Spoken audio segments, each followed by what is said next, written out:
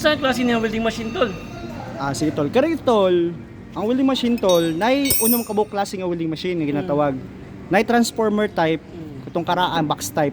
Box type. AC ang iyang output, alternating current. Naapod transformer type, pero DC ang iyang output. DC. Okay? So naapoy transformer type, tulo na sila kabuok, pero AC-DC. So duwa na yang output. So AC and DC. So nabilong siya sa transformer type AC-DC. So na ayang model is AC-DC. O isa ka welding machine pero duwa na kamo yang output. Nga maka-weld ka.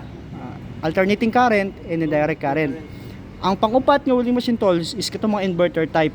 Inverter type. Oh, inverter type, so mga portable siya, electronic type na electronic na iya mga ang gadagan na mga pyesa sa iya. Kari man gud is ano ra, coil. Coil ra kay transformer. O transformer type, pero DC man siya.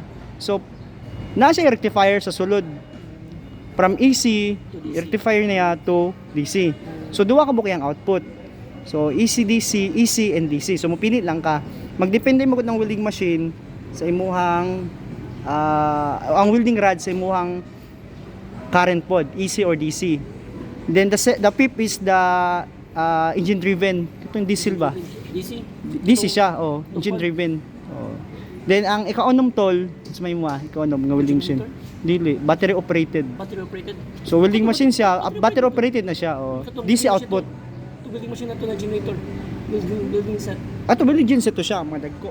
Pero kare, so muna na transformer type AC lang, AC alternating current. Na transformer type nga DC, na transformer type AC-DC, inverter type, battery operated na welding machine, and the engine driven. So unang kabok. Okay? Battery operated. Okay. Okay tol. Okay. Welding na. Ayun na. Ayun na. Kinusaw na to sa AC. High and low.